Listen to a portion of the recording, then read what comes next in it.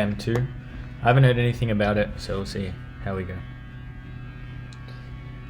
Consider the following statement. If I have a tiger, then I have a cat. The contrapositive of this statement is, if I do not have this, then I don't have this. So if I do not have a cat, then I do not have a tiger. Consider the following statement. If the double derivative is 0, then the graph of f necessarily has a point of inflection at x equals 0. That's wrong because it needs to have a sign change as well. The counterexample that disproves is when. So sine inverse looks like that. So that does have one at 0. Can't be bothered looking at what this is. This is like that. It's a sideways cubic, so it kind of does have a point of inflection. Now this here is we can just sketch it honestly on the calculator. So if I go and sketch, we'll do the first one. So that was 2x over x squared minus 1. That's a point of inflection. And then x to the power of 4 minus x.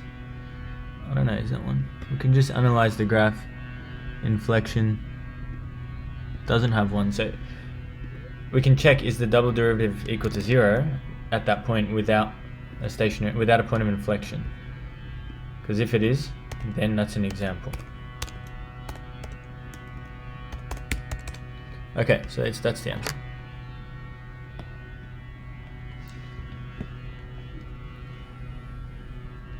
The graph of y equals x squared plus a over bx plus c has an asymptote given by that, and the y-intercept of -2. So that means a over c is -2, and then we can expand the left. So here we have x squared plus a over b times x plus c. Okay, this should be the functional asymptote, and the asymptote was -1/2x, so b is -2, and that would mean that it's -1/4 so far, but it's +1/4, so that means c is -1. So b is -2, c is -1, and then that means a over -1 is -2, a is 2. So a is 2, b is -2, c is -1. For this one, what will the algorithm print? So this is doing volume of revolution. We want to know, it's going to print sum in the end, so we just want to work out sum. Sum starts as 0 plus volume, and volume is pi times f of left, and left is a, and a is 1, so f of 1 squared. And then while left, so far it's 1 plus, and then we add 1 to that, so it's 2 now, and that's less than or equal to 3, so we keep going. So plus pi f of 2 squared, and then it becomes 3, and 3 is still equal to 3, so then we plus it one more time, and we stop because now it will be up to 4, and we don't do that anymore. So we can define f of x as root x plus 1, and then we do pi times, I'm going to take pi out, and then f of 1 squared plus f of 2 squared plus f of 3 all squared, and that's 9 pi. The next one, the equation that has a solution that means that it also, because a and b are real, so the conjugate root theorem, you've also got 2 plus 3i. So then we can figure out what a quadratic factor is, and I'll do that by just expanding z minus 2 plus 3i, and then times, and I'll just copy and paste that, and then change that to minus. Okay, that's a quadratic factor, and the whole thing's a cubic, so we've only got a linear left. So let's just say, we'll just expand this times, and then we'll do like, we can't do AZ plus B because we've already got A and B as something, so we'll do C times Z plus D. Okay, and if we equate coefficients, C is equal to 1 because the first term is Z cubed. That means this is negative 4 plus D. So I'll write negative 4 plus D, and that should be equal to A, which is the coefficient of the squared term. And then 13, C is 1, so 13 minus 4D is equal to B. And then we know that this is negative 52, so D is negative 4. And that means negative 4 minus 4 is A, so A is negative 8, and B is 13 plus 16, which is 29. So 29 times negative 8. 29 times negative 8 is negative 232. Given that absolute value of Z is 1, so I'm just going to say cis theta then, because R is 1. Then real of 1 over 1 minus Z, well, that's real of 1 plus cis theta over 1 minus, what's that? 1 minus cis theta. Sorry, squared. So 1 minus cis squared, and that basically means 2 theta, right? Okay, and then what we can basically say is, should I do it like that? 1 plus cos theta plus I sine theta is the numerator over 1 minus, and then for example we want to know what the real part is, so I'm going to try and get it in terms of cos. So we've got cos of 2 theta plus I sine of 2 theta, and then the real part is just going to be that, I think. Oh, you can't do that. No, I don't think that's going to work. Let's just work out what 1 minus Z is. So we know it's cos theta plus I sine theta, so 1 minus Z is 1 minus cos theta plus I sine theta. And then that means that's 1 minus cos theta and then minus I sine theta. So 1 over 1 minus Z is 1 over 1 minus cos theta minus I sine theta, which is 1 minus cos. So if you just multiply by the conjugate of this, you get 1 minus cos theta plus I sine theta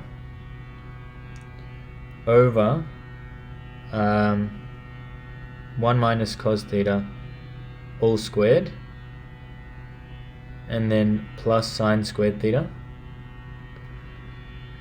That denominator is, so just this is 1 minus 2 cos theta plus cos squared theta plus sine squared, so plus 1.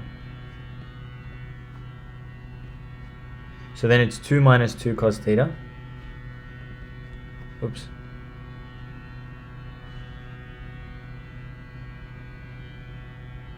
So yeah, 2 minus 2 cos theta. And then you can take out 2, and you have 1 minus cos theta. And that's what this is over. So you can cancel the 1 minus cos theta for the real part, and you'll have 1 over 2. That's pretty tricky. Using the substitution, u is equal to cos theta. So if this is, the numerator is 2 sine theta cos theta over 1 plus cos theta. And basically, if you let u be cos theta, you have 1 plus u on the bottom. And then the derivative of cos is negative sign, so you can put a negative there and a negative there, and then you'll have 2u integral negative, right, and then du.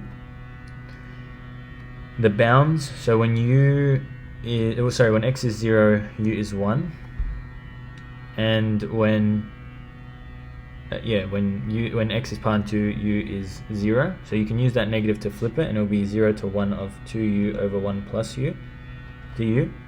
And you can do long division, so I'm just going to expand 2u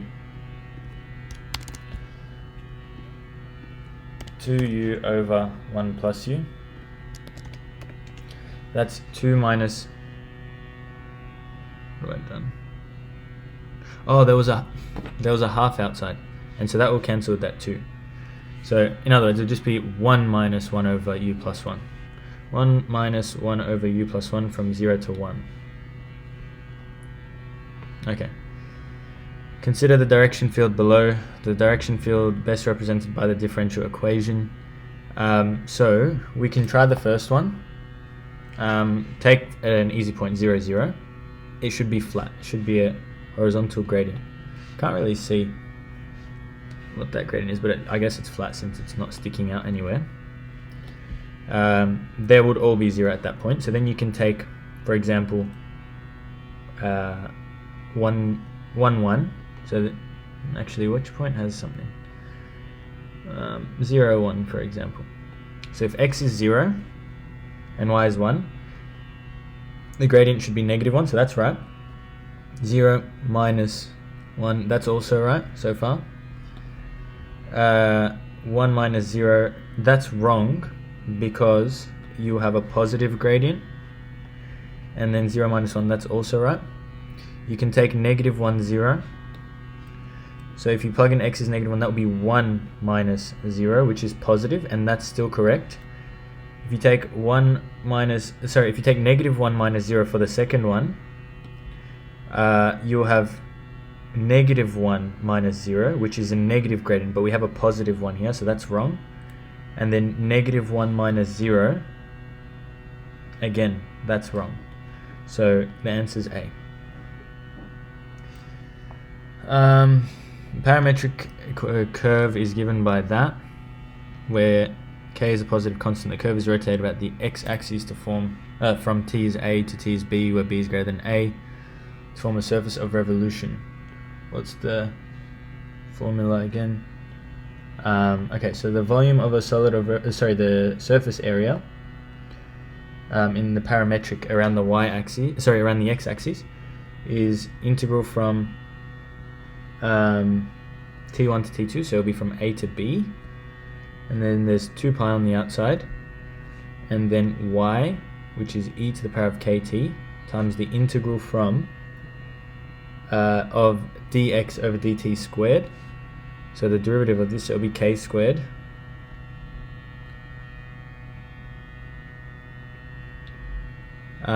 plus, and then derivative of that squared. So that will be k e to the kt all squared, and that's k squared e to the power of 2kt dt. You can take out k,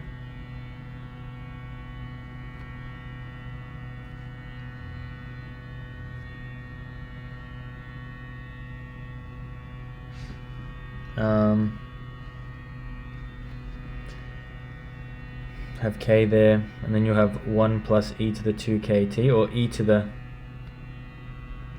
squared dt. And then if you let u be equal to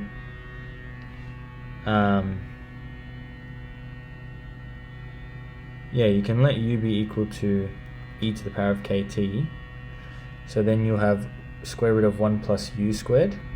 The derivative is k e to the kt, which is there, and then you've got 2 pi, so it looks like that. That's wrong because there's a root k, but let's just check the bounds. When it's a, then it's going to be e to the power of ka, and then to each have KB, so it looks like C. The region bounded by the curve of that from 0 to A, where A is greater than 0, the line x is 0 is rotated around the y-axis to form a solid of revolution. So that means it's pi times the integral from x1, y1 obviously, from 0 to A of x squared dy, which will be 9 cos squared x dx, and that should be 4 pi plus 3 root 3 over 8. So if we solve that on the calculator, integral from 0 to A and then pi, and then you've got 9 cos x squared dx is equal to, it should be in terms, I wrote it wrong, but it doesn't matter because it should be cos of y dy, but it doesn't matter. And that's of pi times, what was it? 4 pi plus 3 root 3.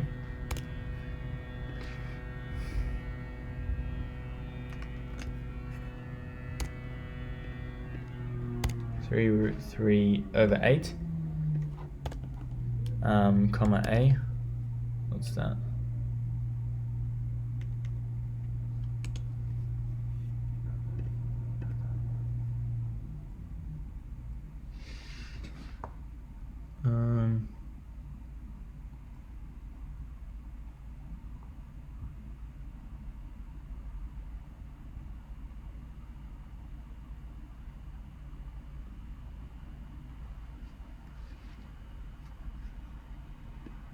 Done that right. 9 cos squared is equal to pi times 4 pi plus 3 root 3 over 8.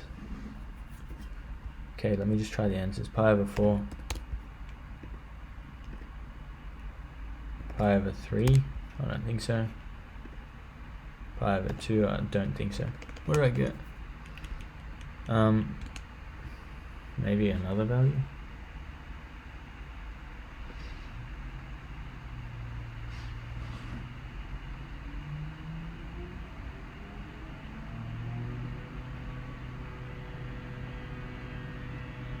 Did I do the formula right? So pi times the integral from y1, which is 0, to y2 of A, and then if you move it to the other side, x will be, whoops. Okay, so you move the 3 over, it'll be y over 3 is equal to cos. So it'll actually be cos squared of y over 3. So I think it should be that. Okay, that's pi.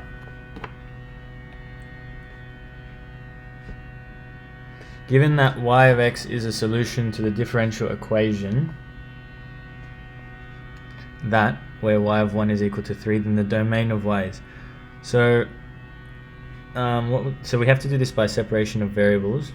So 1 over y, so y to the power of negative 3 dy is equal to x squared dx. And then we know that if you solve for y, let me just anti-differentiate both sides.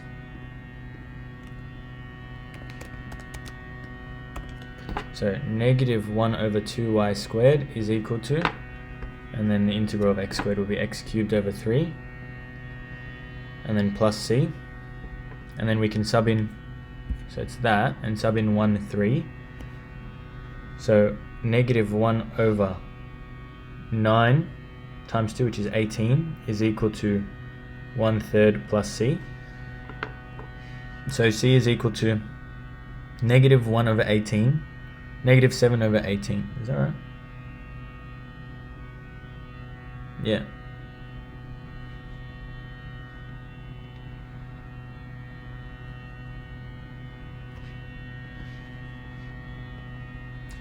Okay, and then we can solve for y.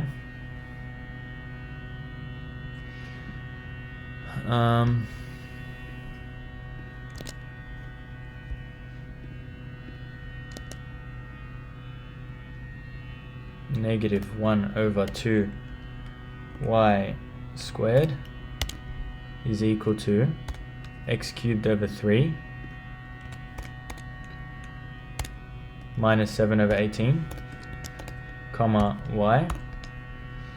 Okay, so 7 over 6 is an asymptote, so you can't have that, and this needs to be greater than 0, greater than or equal to 0.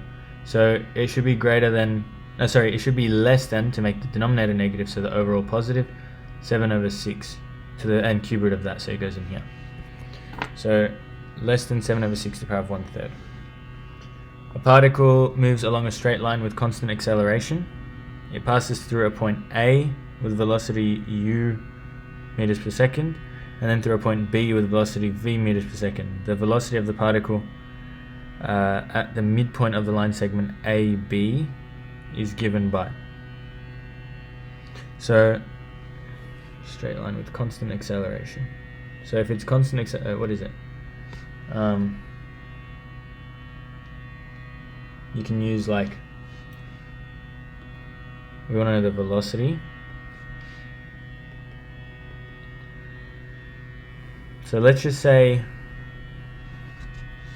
A is when time is 0.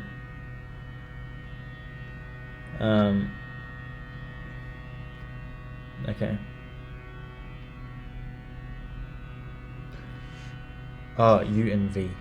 Okay, so at A, the velocity is U. Which one can we use? The one without time. V squared equals U squared plus 2AS. The velocity is equal to U squared plus 2A.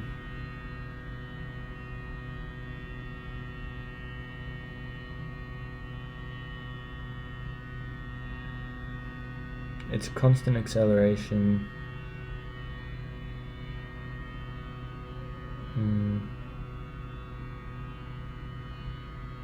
It's not that one.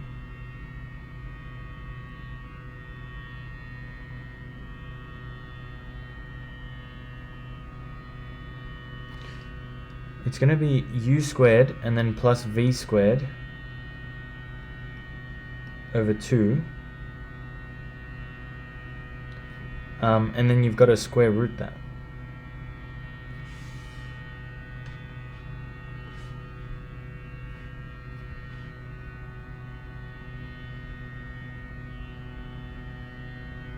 Yeah. I think so. From an open window, a person throws or projects a ball vertically upwards using an outstretched arm so that the ball does not strike any part of the building. Point of projection of the ball is 50 meters above ground, and its velocity of projection, so u, is 20. The time in seconds it takes for the ball to reach the tray of the truck that's 1 meter above the ground, directly below 1 meter above the ground, directly below the point of projection. So it's just vertically up and then back down. So we want to know, we know that S is equal to ut plus half at squared. S is 20t plus 1/2, and then we use times negative 9.8 and then times by t squared, and we want to know when S is basically negative 49.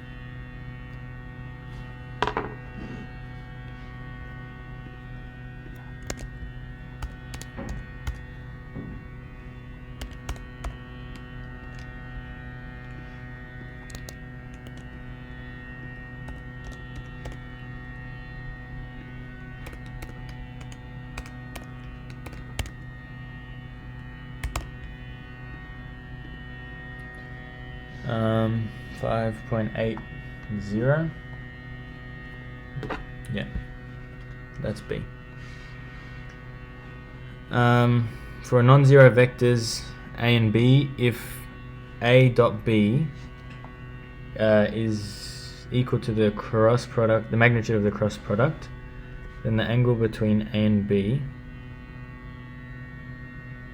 is. So A dot B is equal to magnitude of A, magnitude of B, cos of the angle between them. So that means cos theta is equal to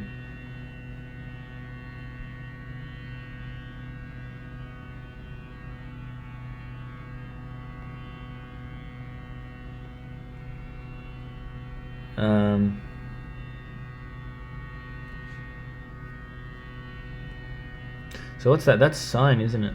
Sine of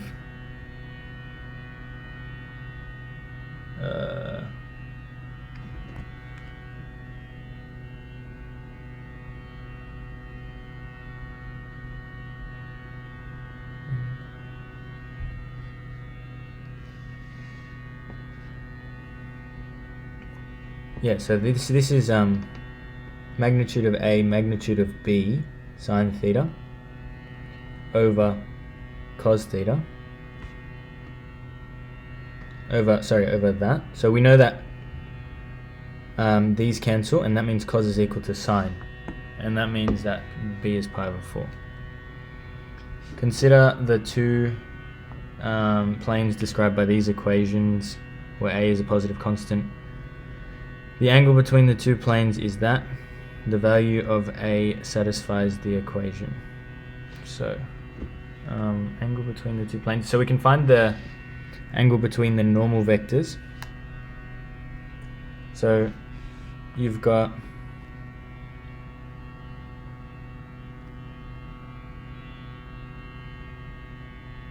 so the normal vector for this is 2, 2, 1. And for this it's A, 0, 4.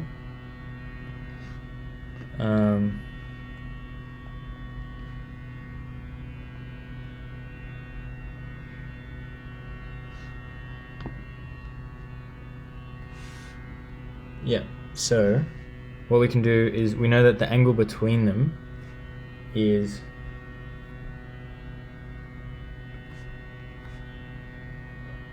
the magnitude of the dot product of the normals over the magnitudes here. So what we can basically say is we can work out the magnitude, the dot product magnitude. So dot P of 2, 2, 1. I should put that in brackets, and then comma A, 0, 4 over the norm of this times the norm of that.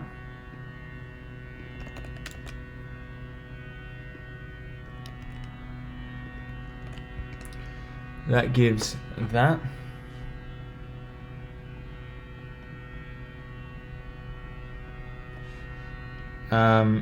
And then that should be equal to 2/3.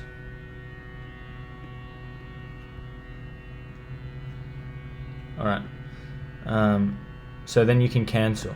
So you can say, if you say 2 over 3, and then A plus 2 over root A squared plus 16 is equal to 2/3, because cos inverse of 2/3, these cancel. A plus 2 over root A squared plus 16 equals 1, and you can multiply that over, and that gives A. 16. A position vector of a particle at time is given by that.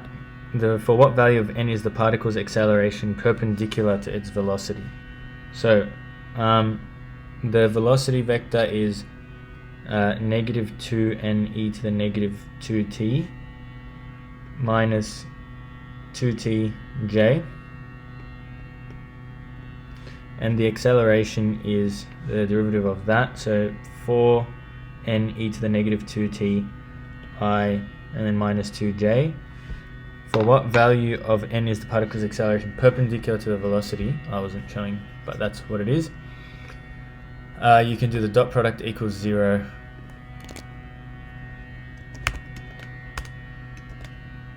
Dot product of negative 2n times e to the power of negative 2t, comma, negative 2t, comma, the other one, which is 4n e to the power of negative 2t, comma, negative 2, equals 0, comma, n, and we know that t is a half. So e over 2, and it's a positive constant, so c. The acceleration vector of the particles that starts from rest is given by that. The velocity is given by. Okay, so if you anti-differentiate, you have 2 sine 2t, and then you should have negative 5 cos 2t, and then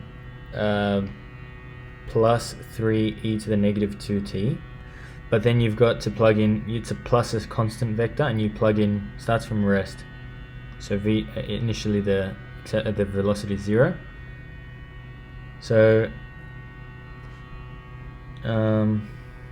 initially this is 0, so that means 0 and then 1, or well, negative 5, and then negative 3. So you've got to add 5, sorry, not negative 3, positive 3. So you've got to add 5 and minus 3. So 2 sine 2t, that's fine, that's fine, that's fine, that's wrong. And then this is wrong, you've got to plus 5. So that's right. And then you've got to minus 3, so that's right. The lines given by that and that intersect at that point, so if you solve simultaneously, 2 plus lambda is equal to what is that, 1 plus mu, r minus lambda is equal to s plus mu, and then negative 3 plus 4 lambda is equal to oh, I've done the s wrong, that was the k, the 0j, so r, what have I done, r minus lambda, no, that was right, is equal to 0 minus mu.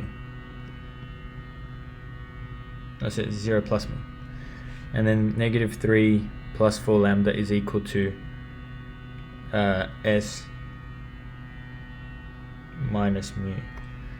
And then we know that the intersection point is at 4, 3, and t.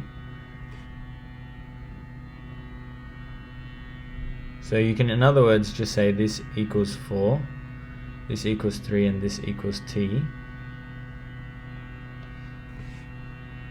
Let me just put that in.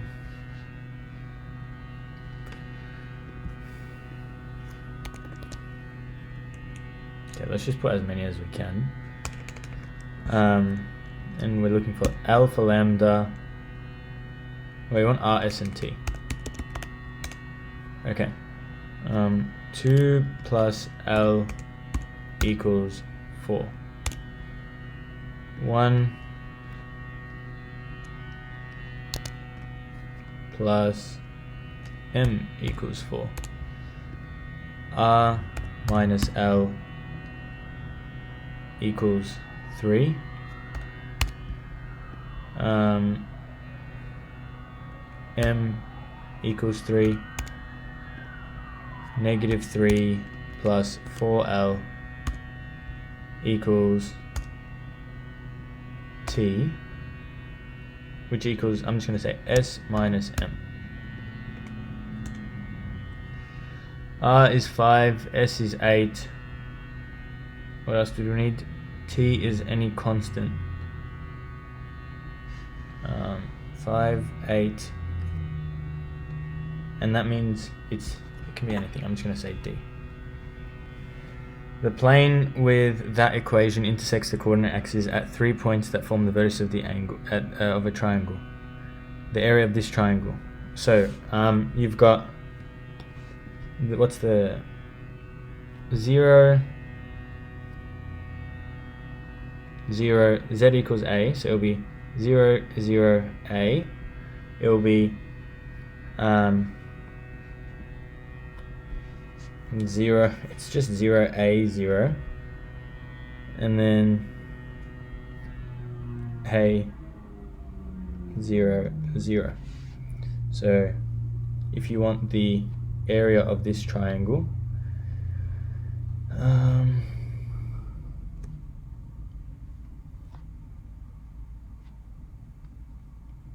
A, so that's this point.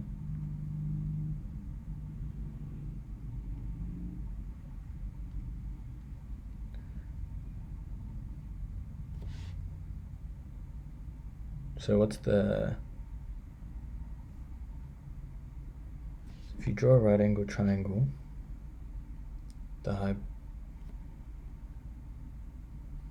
hypotenuse is the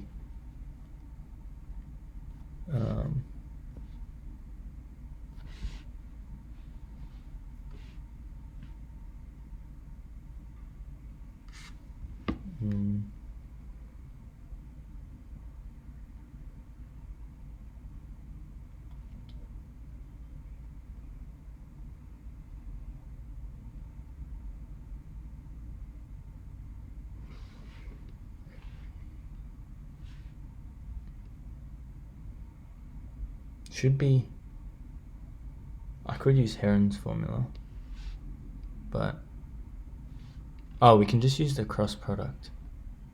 Okay, what's the cross product? And then half of the cross product. So cross P of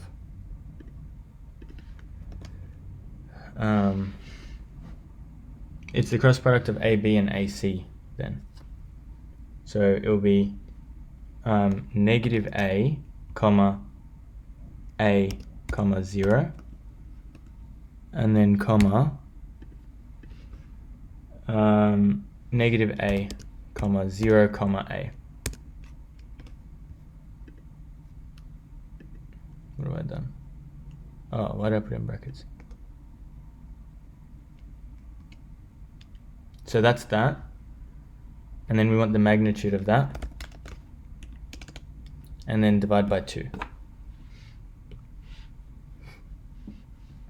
Let P be that, and Q be that, and R be that, and Z is the standard normal. So they're independent.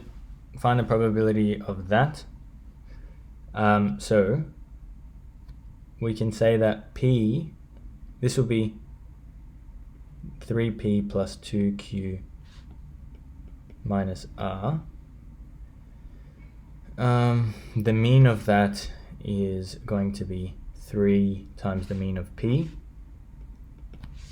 plus 6, 2 times that, and then minus 5, so it'll be negative 5.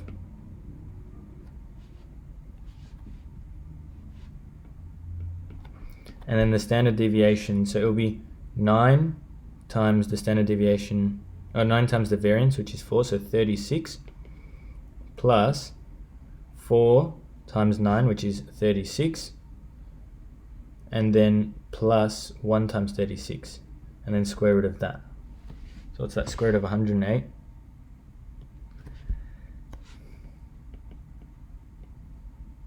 Okay, and then we want the probability that that's greater than 25.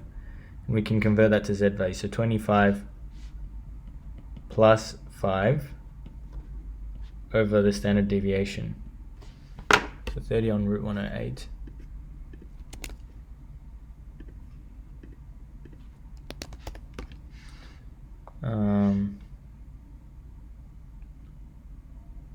Is 5 root 3 on 3. Okay, that took a bit long. Sketch the graph of that on the axis below, label the asymptotes. So we can just do a sketch here. 3x over x cubed plus x plus 2. The asymptote is going to be when you solve the denominator is equal to 1. I'll just define.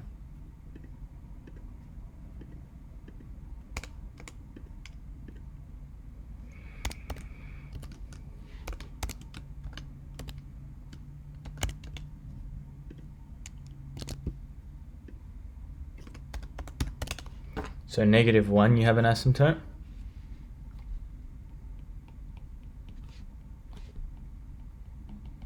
And I think it looked like y equals 0 as well.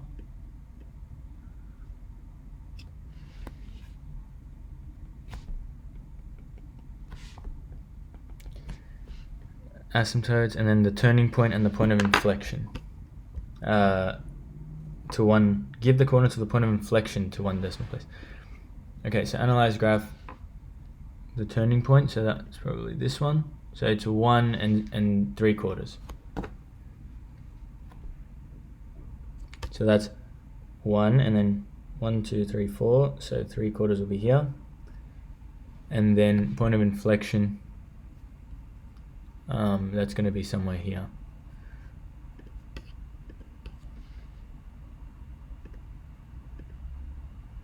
(1.7, 0.6). 1.7, 0.6, probably somewhere here. Alright, so now, and it passes through 0, 0, and it goes like this. And then you've got basically that. Alright. Now, I should label them.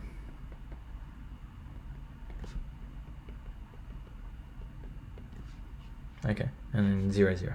The region of the graph is bounded by, that's rotated about the x-axis to form a solid of revolution from the coordinate axes to 2.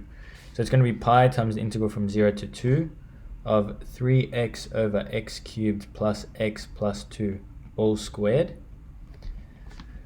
We don't have to work it out, it's just write down the definite integral and then find the volume of this revolution. I didn't write the working out, but it was basically that.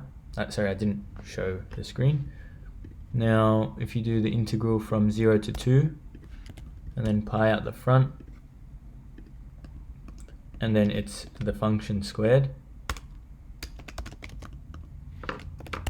dx, to 2 decimal places, should get 2.29. Find the equations of the vertical asymptote of that curve. So you can just solve the denominator is equal to 0. X cubed minus 5x plus 2 equals 0, x. And you get x equals 2, x equals -1 minus root 2, and x equals -1 plus root 2. A family of curves is given by that. Consider the case where the graph has a stationary point at P. Find the y-coordinate of P in terms of A. So y-coordinate of the stationary point of this graph. So if I'll change my definition of f of x to be 3x over x cubed plus a times x plus 2. And then you can solve for the derivative equals 0. You get x equals 1, and then f of 1 is equal to 3 over a plus 3.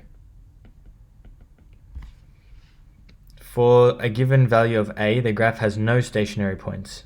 Find the equations of the vertical asymptotes of the graph in this case. So it has no asymptotes, no stationary points. If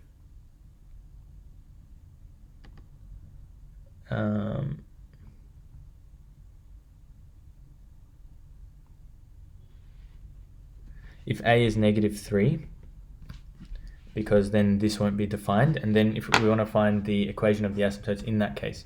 So in other words, solve the denominator 0, comma x when a is -3, and that's -2 or 1.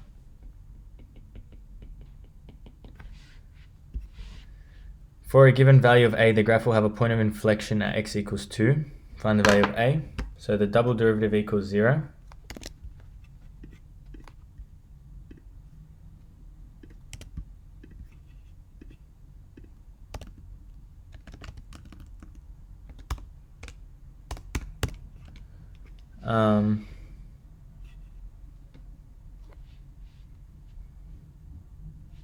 What's that? You get that. Oh, it's at x equals 2. Okay, so we can do this by x equals 2.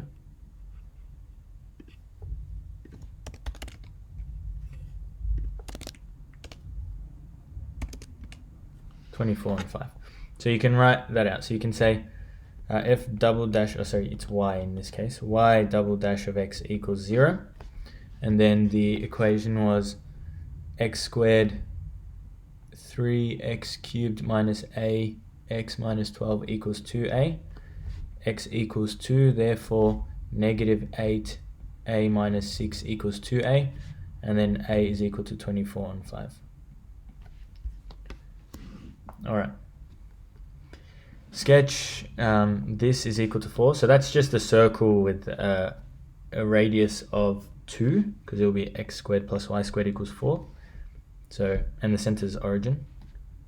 So we're drawing this. Show that that may be expressed as that. So it's the perpendicular bisector of points 0, 2 and √3, 1. Right?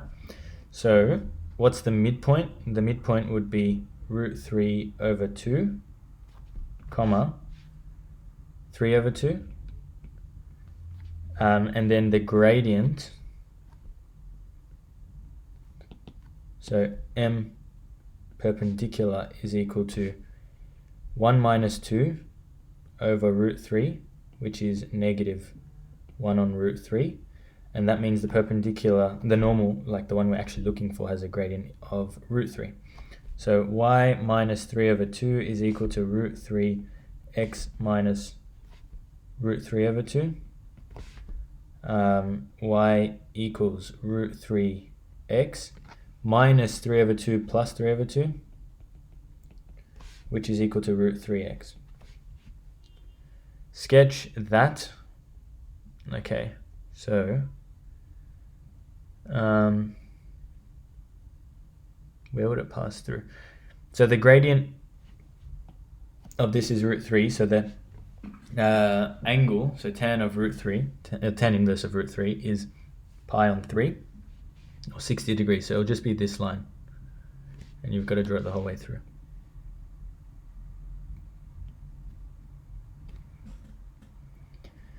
Find the points of intersection of the curves defined in part A and part BI, expressing your answers in the form a plus. So you've basically got to solve √3 x, plug that into x squared plus y squared equals 4.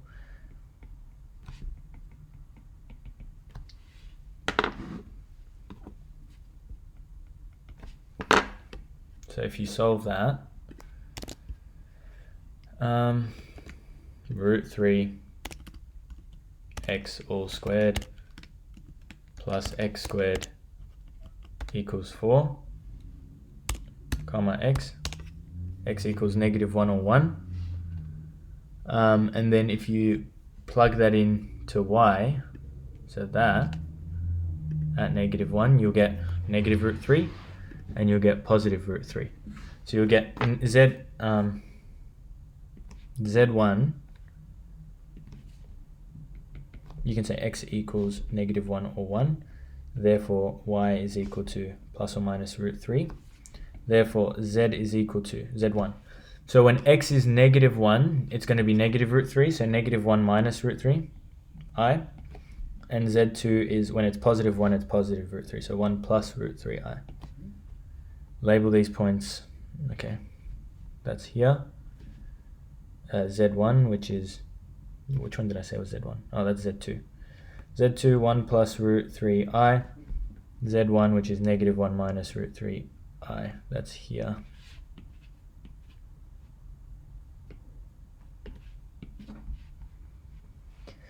Consider the points P and Q labeled on the Argand diagram below. A ray originating at the point P and passing through Q has the equation, so it's going this way. So that means that Z0 is that point. So 3 over 2 plus 3 root 3 over 2i. And what's the gradient of this line? So root 3 over 2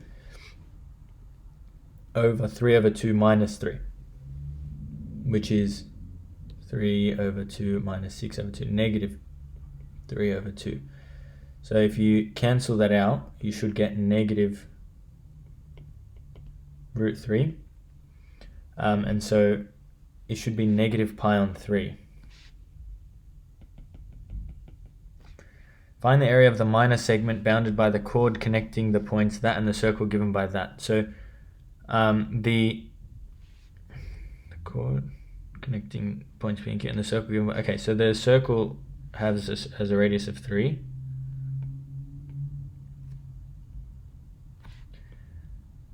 The area of the minor segment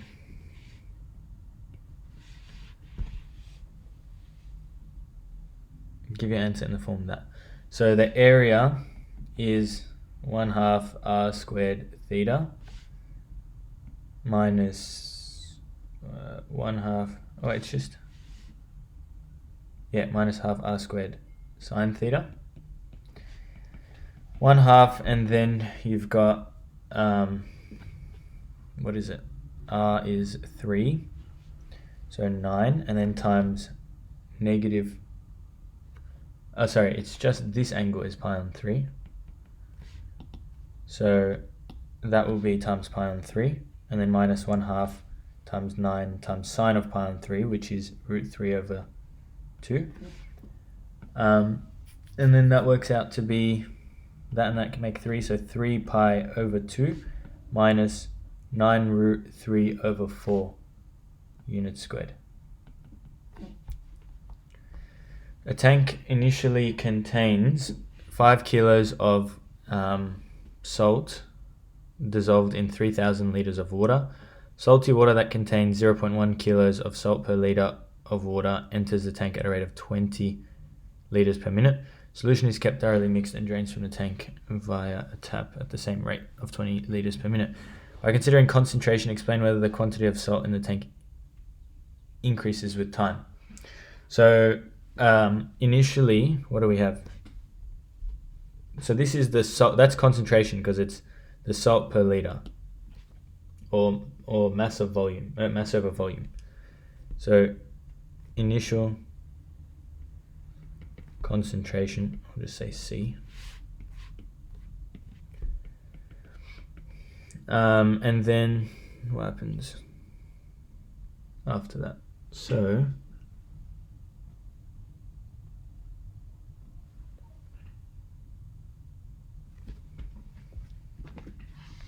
tank initially contains 5 kilos of salt dissolved in 3,000 of liters, and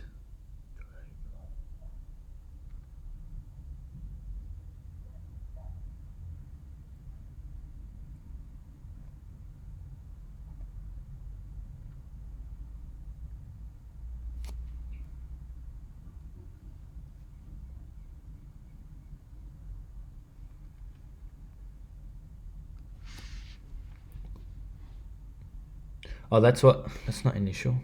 That's what enters. So that's the inflow.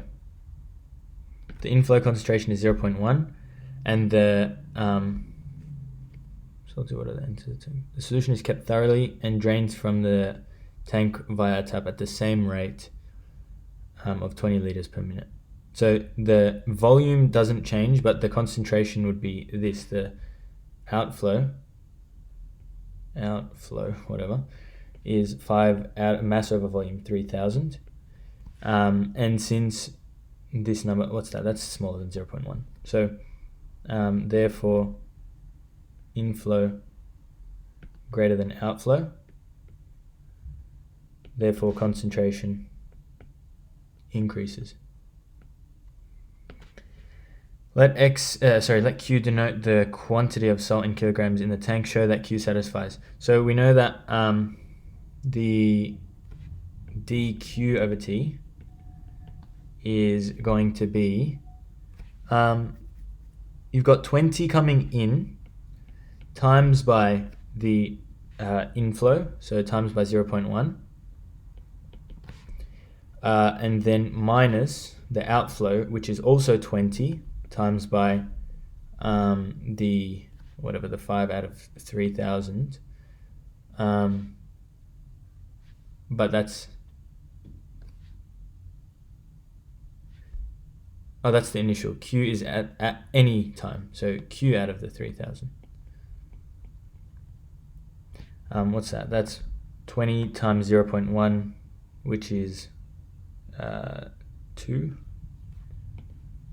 minus 20Q over 3,000. What's 20 over 3,000? That's 2 over 300, which is 1 on 150. So 2 minus 2 minus Q over 150, which is 300 minus Q over 150. Use Euler's method with a step size of 15 minutes. Find Q of 30, the approximate quantity of salt in the tank after 30 minutes.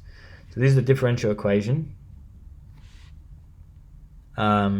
The initial, what's the initial? Okay, so we can say T is 0, Q is equal to, we want T is 0, then 15, then 30. And then Q of 1 is equal to H.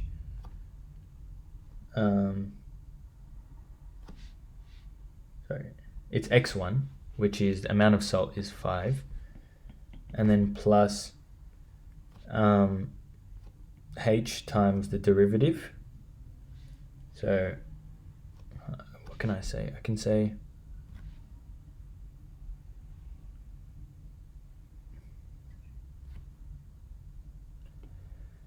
let's just say d of q over dt is equal to q dash of t. All right, so q dash of 5, and that's going to be that's t of 1, that's q of 1, and then we can see what that is. So let me define q. I'm not going to do dash, but I'm going to do q of t as 300. Oops. Actually, I'm just going to do it. So 5 plus 15 times q of 5, which is 300 minus q, and q is 5 over 150, and that works out to be 34.5.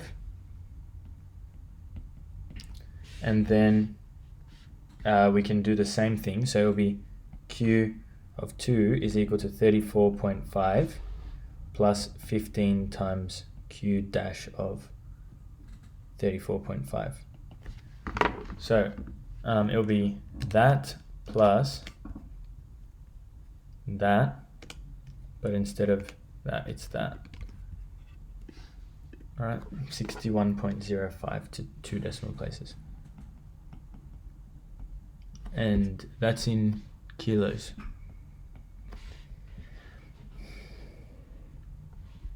Use calculus to solve the differential equation. So we've got to move that over.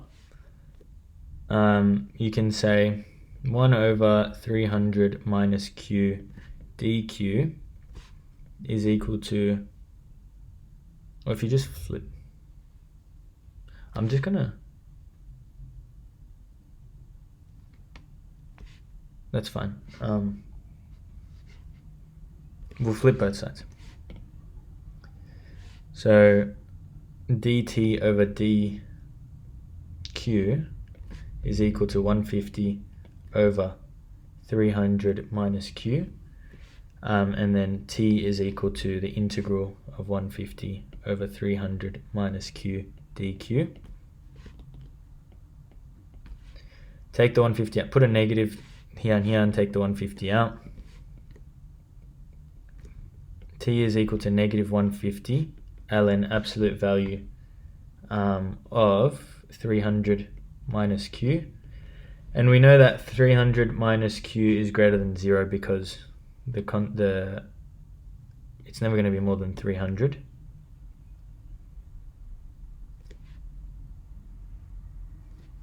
Yeah.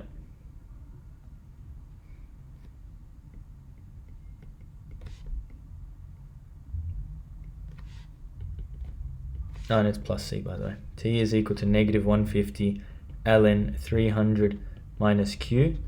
You want t in terms of q in terms of t. So what's the initial condition? Initially, when t is 0, q is 5. 300 minus 5 is 295. C is equal to 150 ln 295. And then plug that in. So what do we get? We get t is equal to, I'm going to write it as ln of, it's going to be this minus this. So it's going to be 150. 150 is on the outside. And then ln, and it's going to be the 295 over the 300 minus q. T on 150 equals ln 295 on 300 minus q.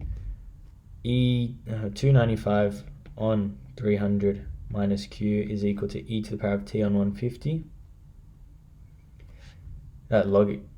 E to the power of that. And then you can say 300 minus q is equal to 295 times e to the power of negative t on 150.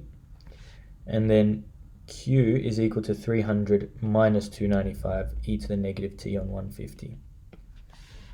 What does the value of the quantity of the salt in the tank approach as time approaches infinity? So this will go to infinity, that will go to 0, so it'll be 300. Find the time taken for the quantity of salt to reach 100 grams. So I might change my, I'll do q of t. Actually, I'll just do a solve. 100 equals 300 minus 295 e to the power of negative t on 150, comma t. T is 150 ln 59 on 40.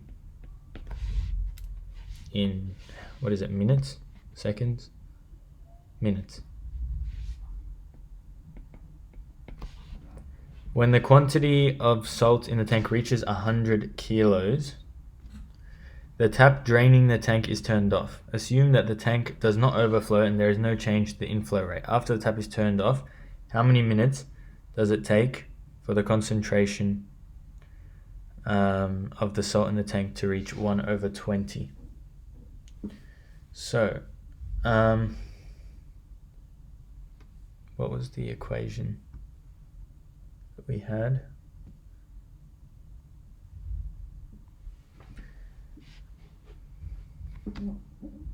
So the concentration, so we'll have 100 kilos of salt, right? and the tap is turned off.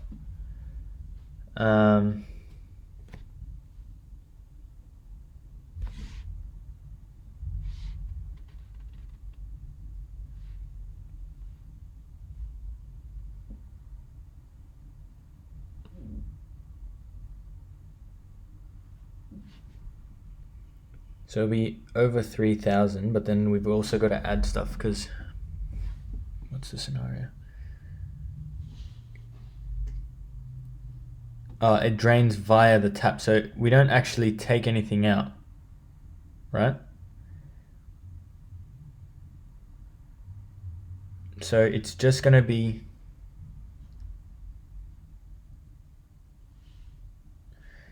the top is concentration, the top is mass and the bottom is volume. So this is just going to be up by 20 every minute, the volume. And the mass, what's the mass increasing by? It's 0.1 kilos. So it'll be per liter. So it will be 2 times T. And we want to know when that's 1 on 20. I wasn't sharing my screen. Okay, so on the denominator is volume and the top is mass. Volume, 20 liters is going in and nothing's coming out. So per minute, 20, the volume is increasing by 20. And then on the numerator, because it's 0.1 kilograms, the top is mass, kilograms for every 20, for every liter, and there's 20 liters, then it'll be 0.1 times 2, the times 20, which will be 2. And we want to know what T is equal to in this equation. So solve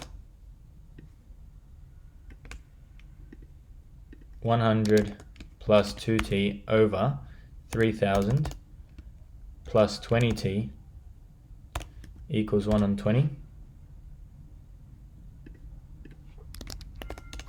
T is 50.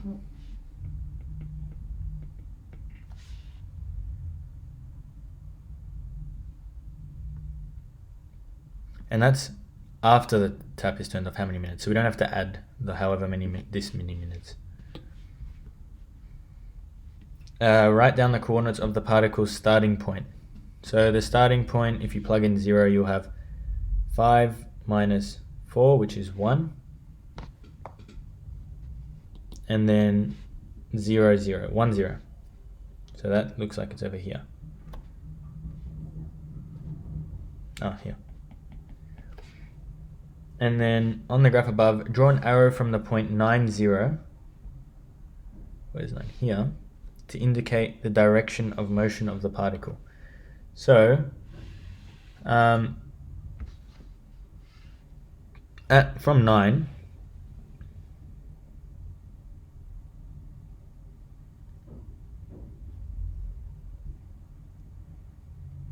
oh wait, that's different. That's when this is equal to 9. Okay, we can basically just say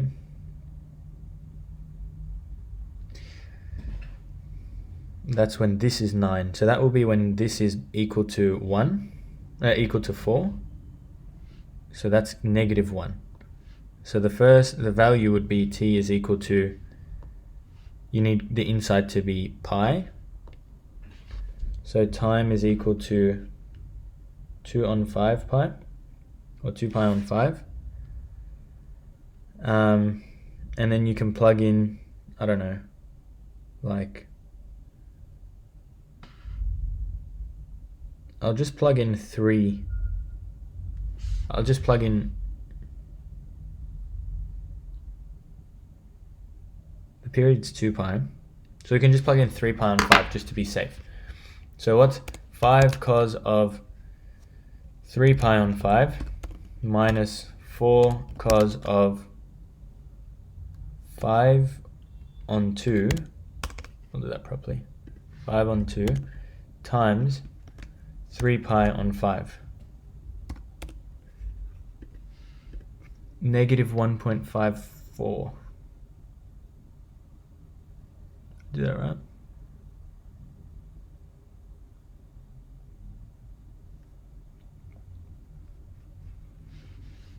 And then that's what the x is. So we went from here, And then we've got to figure out the y. So we've gone here. Okay, 5 sine.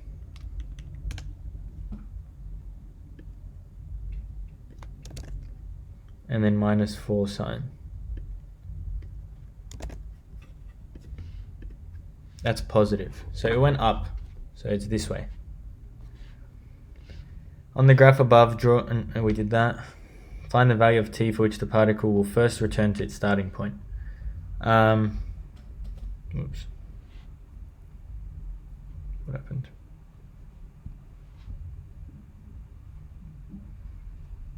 So we want it to go back to 1, 0.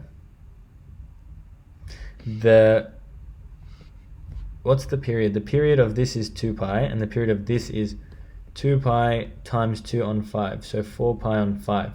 So this one, the common denominator is 4 pi, like the common multiple, lowest common multiple is 4 pi. So it will take 4 pi seconds. Show that the speed of the particle can be expressed as that. So r of t is that. What's the derivative? R dot of t is equal to negative 5 sine t, I, and then plus 10 sine t. So that's all I.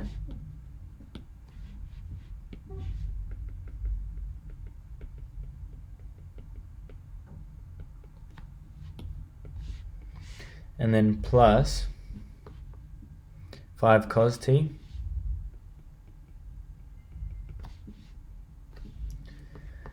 and then minus 10 cos of t, cos of 5t over 2.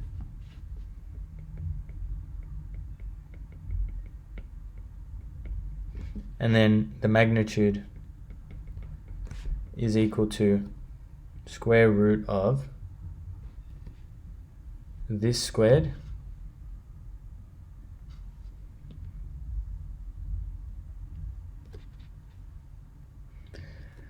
oh, that's annoying. So negative 5 sine t plus 10 sine 5t over 2 all squared plus 5 cos t minus 10 cos 5t over 2 squared. Okay, that will be 25 square. I'll put the square roots at the end. 25 sine squared t plus, it'll be minus 20 times 5 is 100 sine t sine 5t over 2, and then plus 100 sine squared 5t over 2, and then plus 25 cos squared of t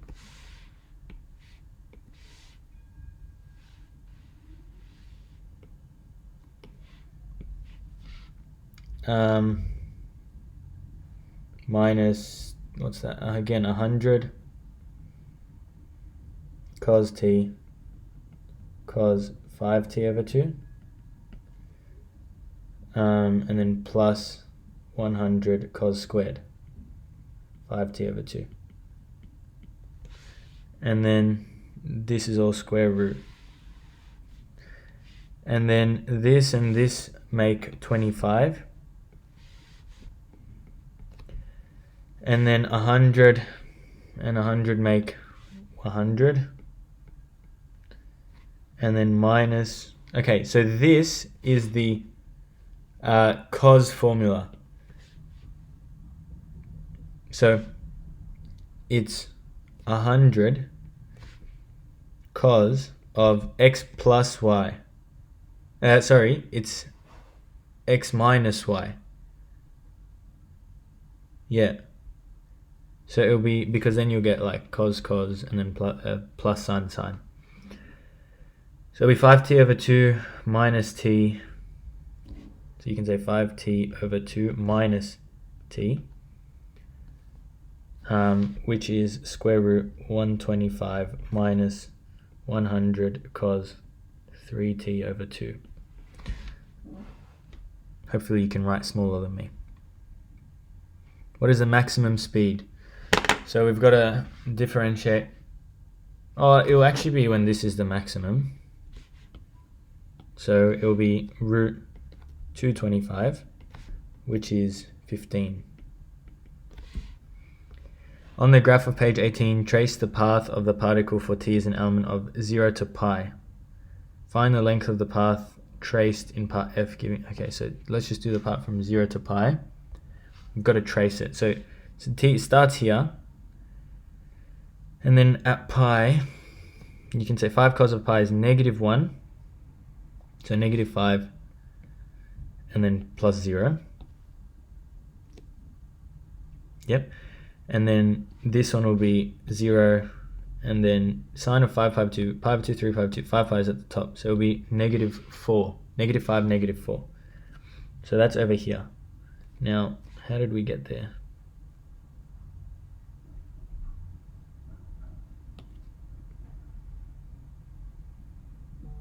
That looks too long. What about this way? Yeah, that looks about right.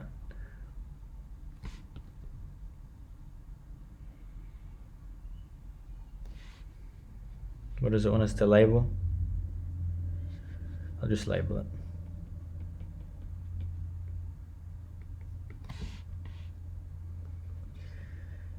Find the length of the path traced. So the length is the integral from start to finish of the square root of, what's the formula again? dx over dt plus dy over dt squared.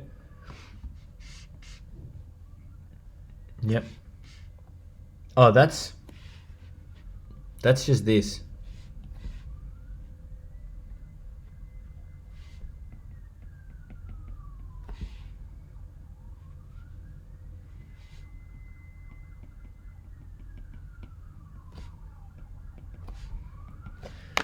Okay, what's that?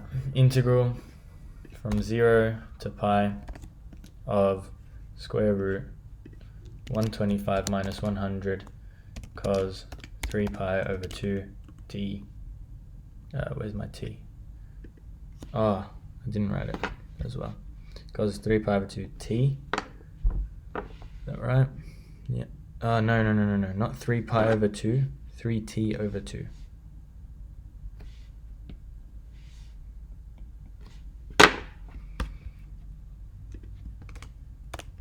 dt, which is 36.6.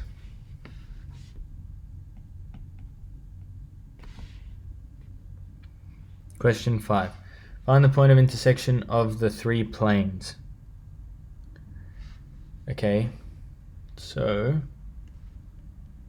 for the point of intersection,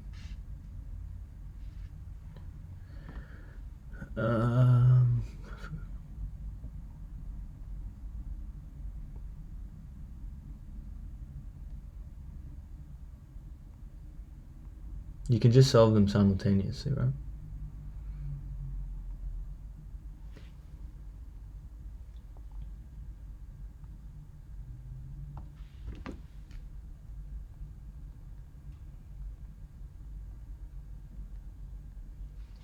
Alright, so we can just say this one is 2,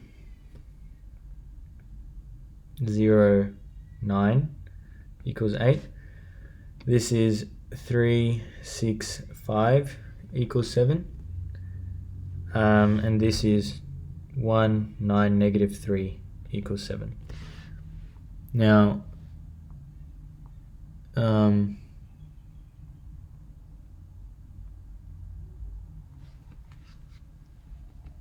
I'm just going to solve for... Why did I do all of that? I'm just going to solve these three simultaneous.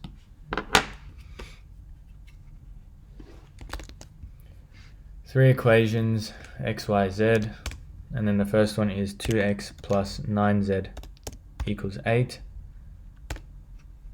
Second one is 3x plus 6y plus 5z equals 7. And then the last one is x plus 9y minus 3z equals 7. You get -5, 2, 2.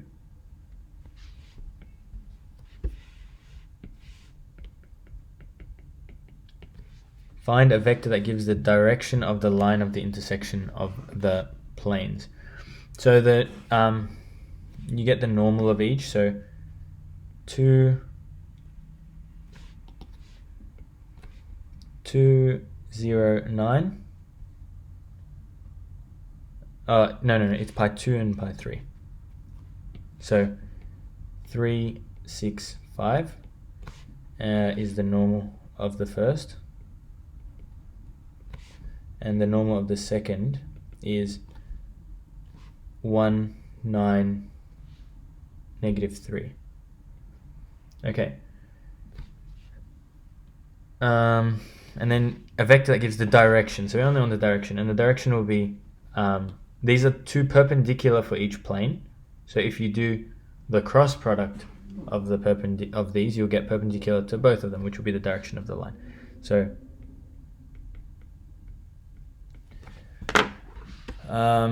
cross P of 3, 6, 5, 1, 9, -3, which is -63. I'll just write it as a proper vector. -63i plus 14j plus 21k.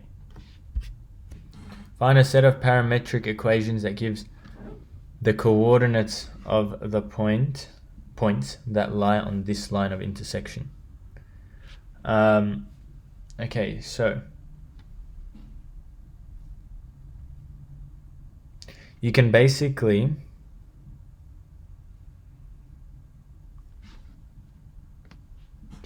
if you say that it's like some point plus t times, or whatever, yeah, we can use t, they haven't used t, times that direction vector,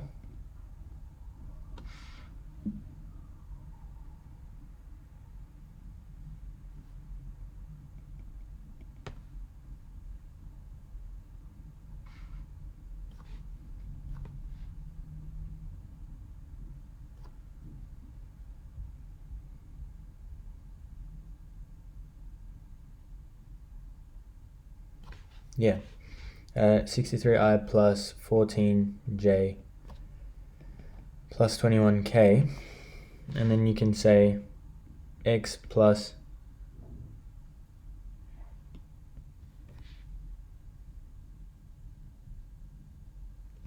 x minus 63t. What does that equal to? Well, we know it passes through that point. So -5. Wait.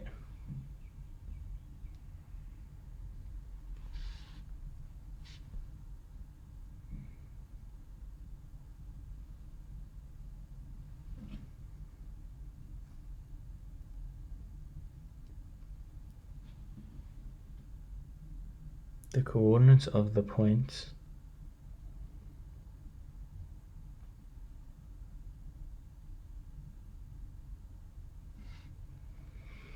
that lie on this line of intersection.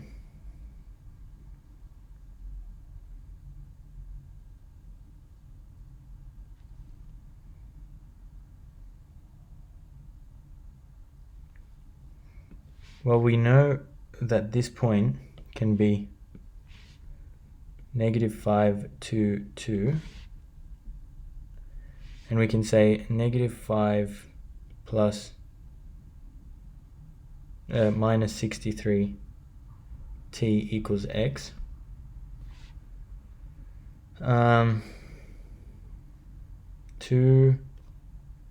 plus 14t equals y. 2 plus 21t equals z. Is that right?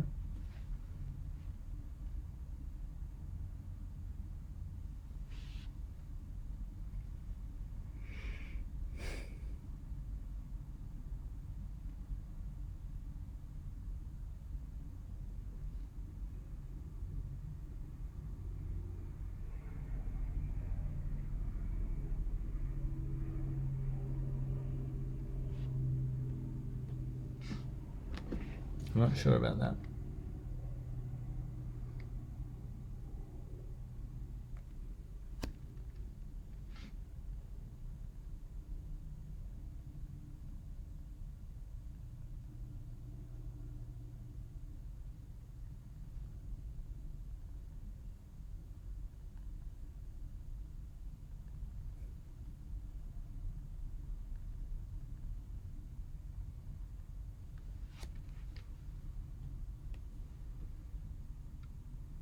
So this is the direction, which is that. This is a point of intersection of the three planes, so then it's also a point where these two intersect.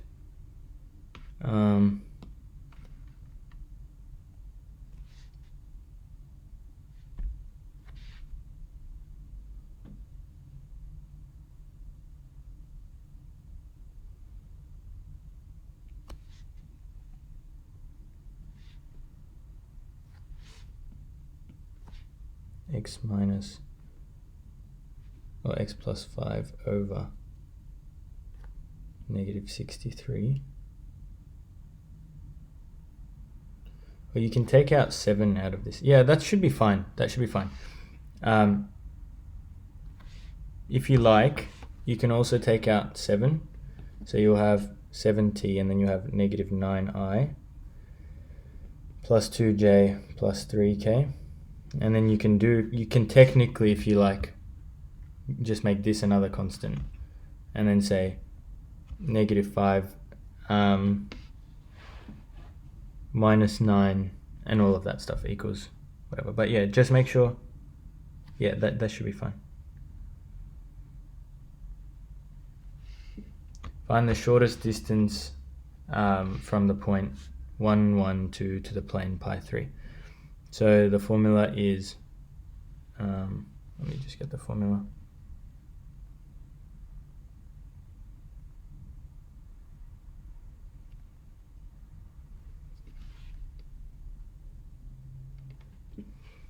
Magnitude of a x1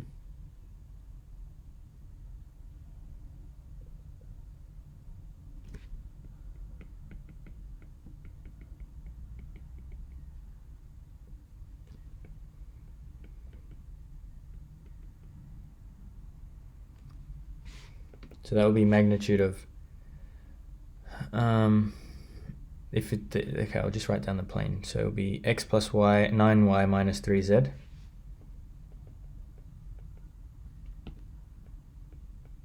equals 7.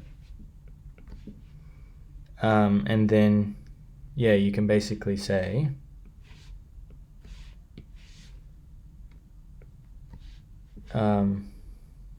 one times 1 plus b times y1, which is 9 times b times y1.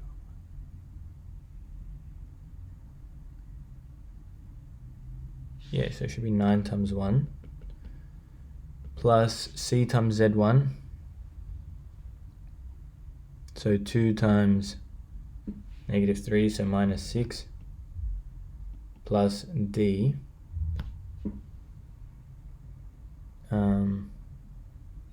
and that would be negative 7 if you move that over, all over square root of a squared plus b squared plus c squared, so 1 plus 9 squared plus 9, or 3 squared. And that should be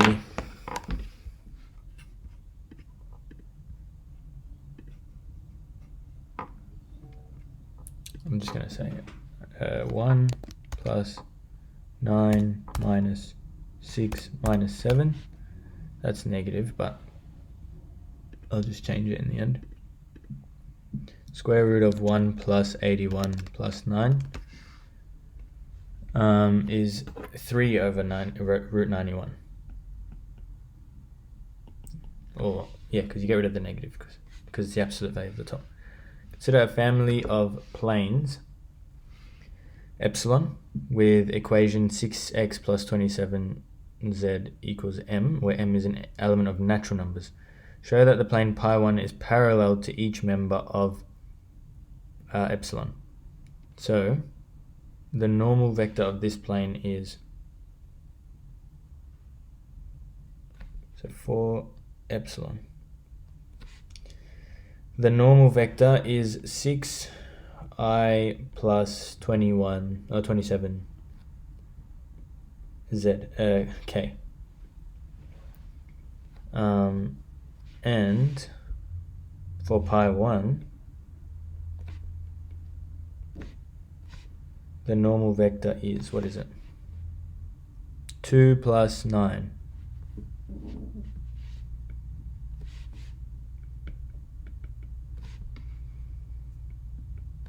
And then you can say that this, if you take out 3, you'll have 2i plus 9.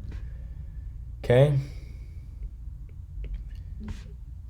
So you can let that be lambda, which is 3 lambda, therefore parallel. Find all values of m for which the shortest distance between the plane pi1 and the plane of the form 6x plus 27z equals m is 23 on 3 root 85. Find all the values of m for which the shortest distance between the plane pi1. So the shortest distance between a plane and another plane, you can take a point,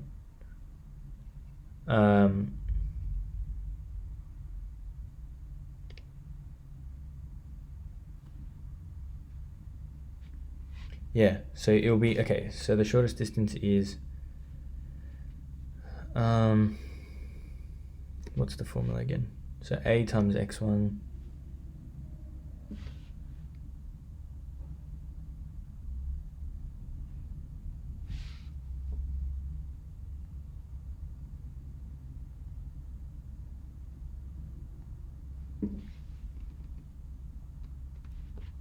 I'll write down the plane, so x plus 9, no, 2x plus 9z equals 8.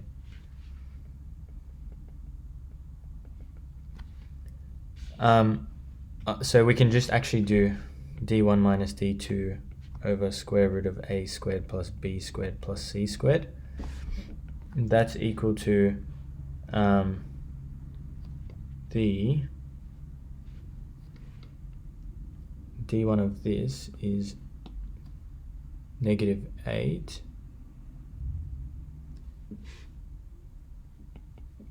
and then minus m, so plus m, is over the square root of a squared plus b squared plus c squared. And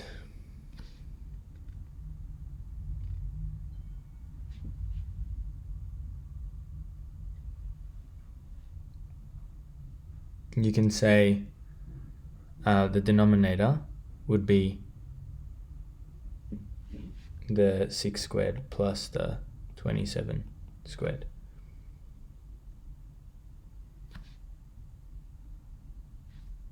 Is that right?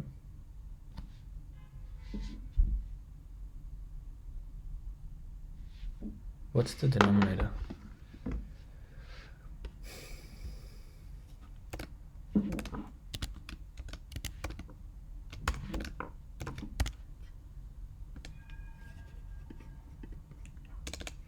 3 root 85.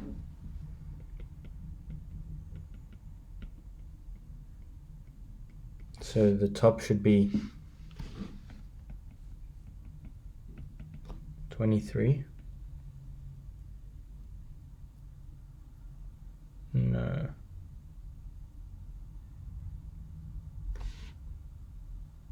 I made a mistake.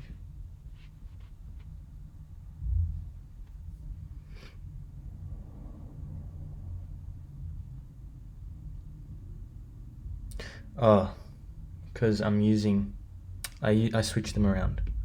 So because I'm using it should be times 3.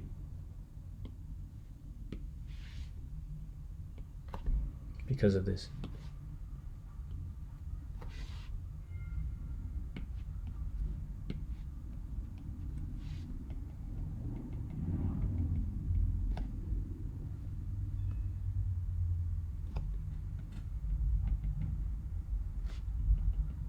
So for this one, m is equal to 47. For this one, m is equal to 1. They're both natural. The volume of water V consumed by a student during a school day may be assumed to be normally distributed with a mean of 1,000 and a standard deviation of 80. Write down the mean and standard deviation of the sampling distribution for the average volume of water. So V bar, 25 students. So the mean should be the same, but the standard deviation would be 80 on square root 5, square root 25, which is 5, and that's 16.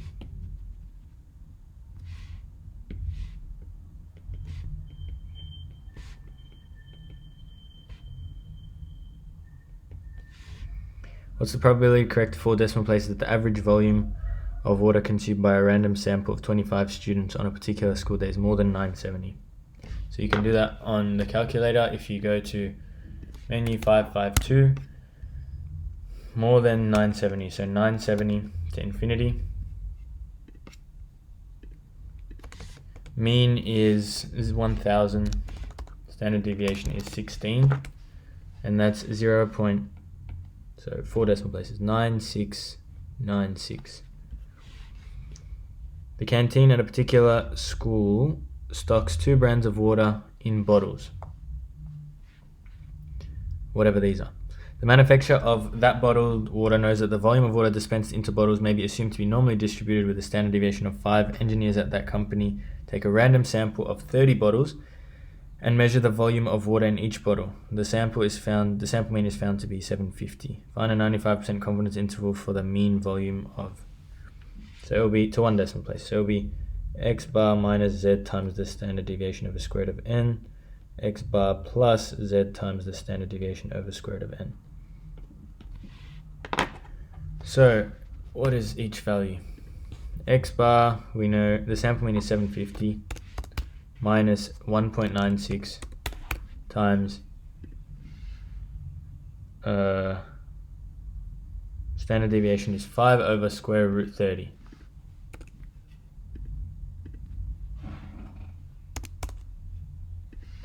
That gives 748.2, and then the same thing but plus,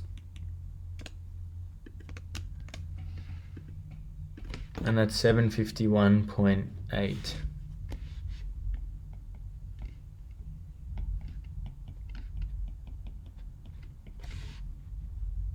What is the minimum size of the sample required to ensure that the difference between the sample mean and the mean volume dispensed is no more than 1 mil at the 95% confidence interval? Minimum size, the sample mean, and the mean volume dispensed.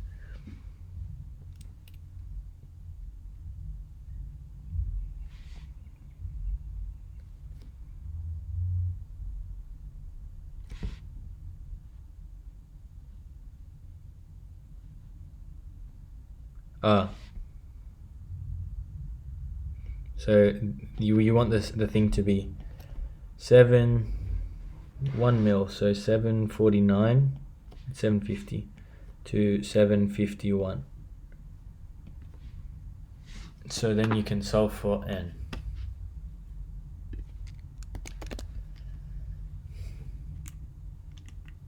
You can do x bar and m, and n, sorry. And then you can say x minus 1.96 times the standard deviation, which is 5 over the square root of 30, n, sorry, is equal to 749.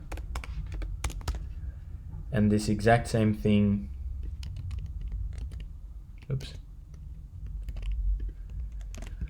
plus is equal to 751, 96. Well, the minimum, to ensure that it's no more, then you need to increase that to 97. You have to round up, because so far it's actually still, if you just round down, you'll still have it more than a difference of 1. So 97.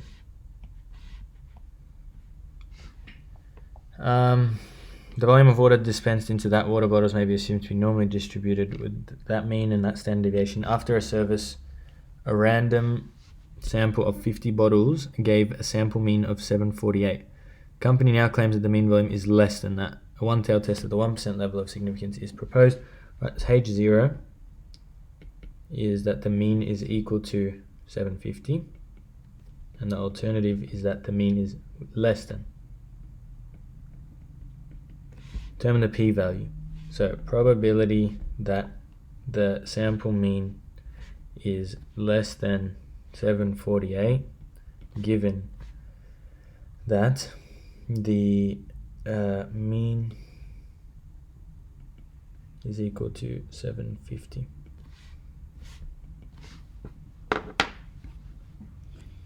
So I think we can do statistics, stat tests, and z test.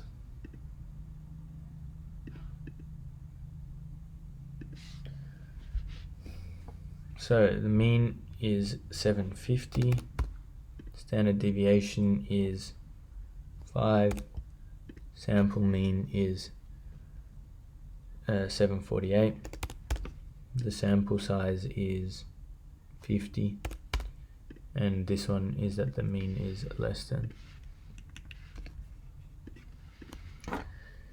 So it'll be 0.0023 to 4 decimal places. Is the company's claim correct? Since P is less than 0.01, therefore company's claim is correct at 1% confidence level, or level of significance, whatever it's called. At the 1% level of significance for a sample size of 50 bottles, find the critical value of the sample mean, below which a sample mean value would support the conclusion that the mean volume of water is now 750. So probability that x bar is less than critical value, given that the mean is 750, equals 0.01. So you can do an inverse normal.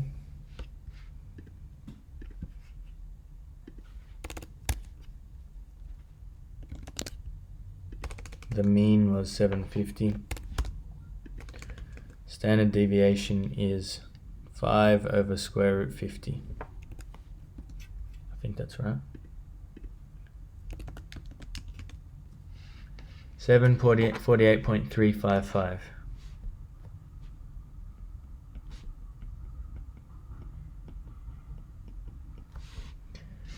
Assume that after the service, the true mean volume of water was found to be 747.5, and that the population standard deviation is 5. At the 1% level of significance for a sample size 50, find the probability that the company will conclude that the service has not reduced the mean So that's probability of a type 2 error. So probability that x bar is less than 7, so not, we'll conclude that this has not reduced the mean. So that would be greater than 748.355, given that the actual mean is 747.5, which is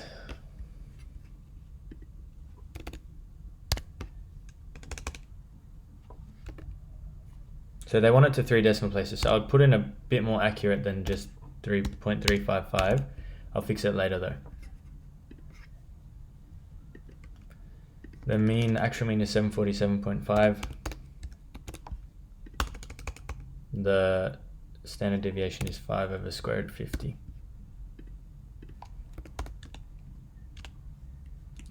I'll just put more values.